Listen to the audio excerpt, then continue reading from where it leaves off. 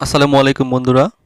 আজ আমি ঘরোয়া উপায়ে এবং খুব সহজে ব্রয়লার মুরগি রান্না করে দেখাবো। তো আশা করছি রেসিপিটা আপনাদের জন্য খুবই সহজ হবে, বিশেষ করে যারা ব্যাচেলর থাকেন। আমি এখানে ৮ থেকে ৯ পিস মুরগির মাংস নিয়েছি এবং গুঁড়ামরিচ লবণ দিয়ে ম্যারিনেট করে রেখে দিয়েছি ১০ মিনিটের জন্য। আর নিয়েছি ৩টি পাকা টমেটো কেটে রেখে দিয়েছি। মাংসটা যেহেতু আমি ভেজে নেব, তাই প্যানটা আগে বসিয়ে দিয়েছি এবং দিয়ে দিলাম ১ কাপ পরিমাণ সরিষার তেল। তারপর তেলটি গরম হয়ে গেলে আমরা এই মাংসটি এখানে দিয়ে দিব।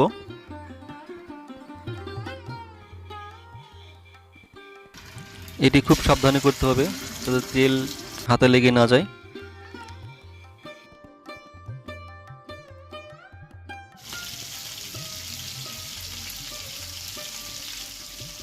একটু খেয়াল রাখবেন যাতে করে পুড়ে না যায়।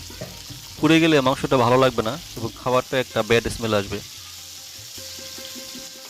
তাই আমরা চেষ্টা করব ৩ মিনিট পর পর মাংসগুলো উল্টে দেওয়ার জন্য। উল্টিয়ে উল্টিয়ে ভালো করে মাংসটি ভেজে নিতে হবে।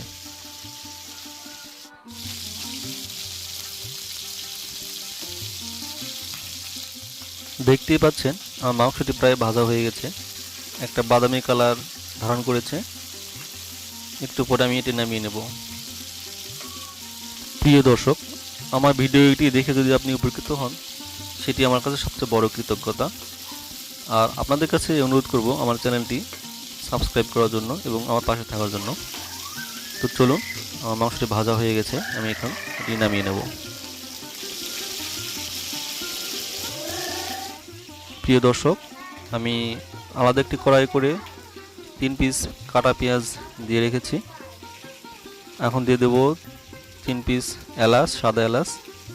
দিয়ে দিচ্ছি ৩ পিস লবঙ্গ। এখানে আমি মশলা কম দেবো কারণ আমি মশলাগুলো আগে ব্লেন্ডার করে রেখে দিয়েছি। এবার দিয়ে দিলাম ১ কাপ পরিমাণ সরিষার তেল। আপনারা ইচ্ছে করলে সয়াবিনও দিতে পারেন। এখন দিচ্ছি ২ পিস দারুচিনি।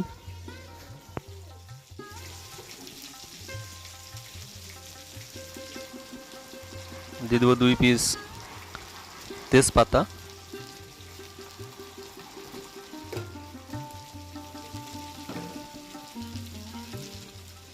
এটি সুন্দর করে নেড়েচেড়ে একটু ভেজে নেব।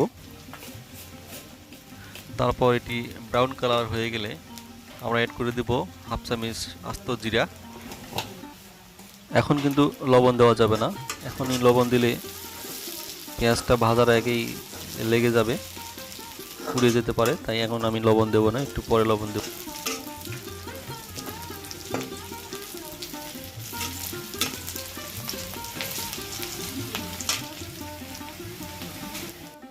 দেখতে পাচ্ছেন পেঁয়াজটা প্রায় ভাজা হয়ে গেছে। এখন দিয়ে দেবো ১ চামচ পরিমাণ লবণ। লবণটি আপনার ইচ্ছে মতো দিতে পারেন, যে যেমন লবণ খান।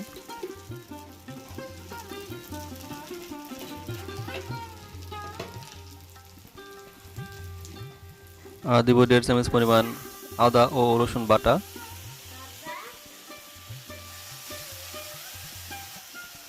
আদা বাটা দেওয়ার পরে একটু ভালো করে নেড়েচেড়ে ভেজে নেব যাতে কাঁচা স্মেলটা না থাকে।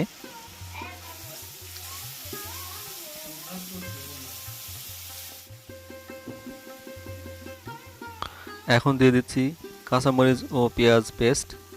আমি এই দুটো ব্লেন্ডার করে রেখে দিয়েছিলাম এবং সঙ্গে দিয়েছি গরম মশলা গুঁড়া।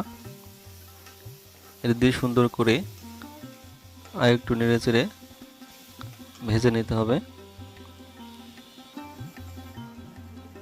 এখন আমি এখানে টমেটোগুলো অ্যাড করে দেব,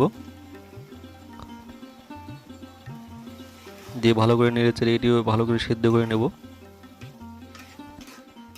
এখন আমি এটাকে ৫ মিনিটের জন্য ঢেকে দেব, কারণ টমেটোটা সেদ্ধ হওয়া প্রয়োজন। ফিরে আসলাম ৫ মিনিট পর। দেখুন টমেটোটা প্রায় সেদ্ধ হয়ে গেছে।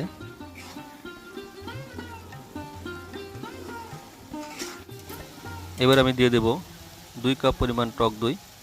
এটি আপনি দিতেও পারেন, নাও দিতে পারেন, যেহেতু টমেটো দেওয়া হয়েছে।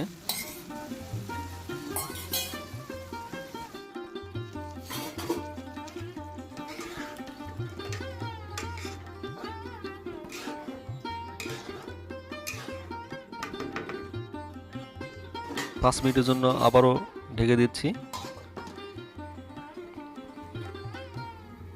ফিরে আসলাম 5 মিনিট পর, দেখি কেমন হয়েছে। সুন্দর একটা স্মেল এসেছে এবং কালারটা দেখুন অনেক সুন্দর। এখন ভাজা মাংসটা আমি এখানে ঢেলে দেব।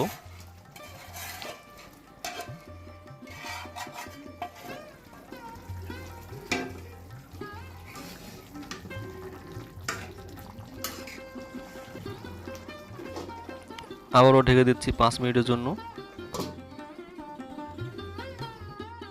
ফিরে আসলাম 5 মিনিট পর, দেখুন এটি সুন্দর একটি কালার এসেছে। এটি খেতেও খুবই টেস্টি হবে।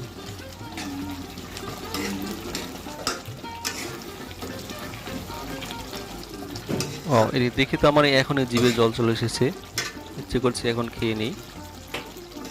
যেহেতু রান্না শেষ, এখন আমি চুলাটা বন্ধ করে দিচ্ছি, দিয়ে রেখে দেবো 5 মিনিটের জন্য।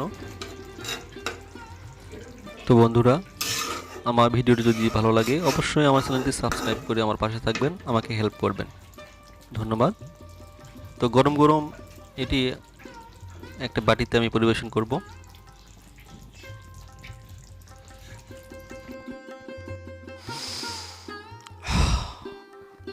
তো বন্ধুরা, বুঝতে পারছেন আর দেরি করা সম্ভব হচ্ছে না।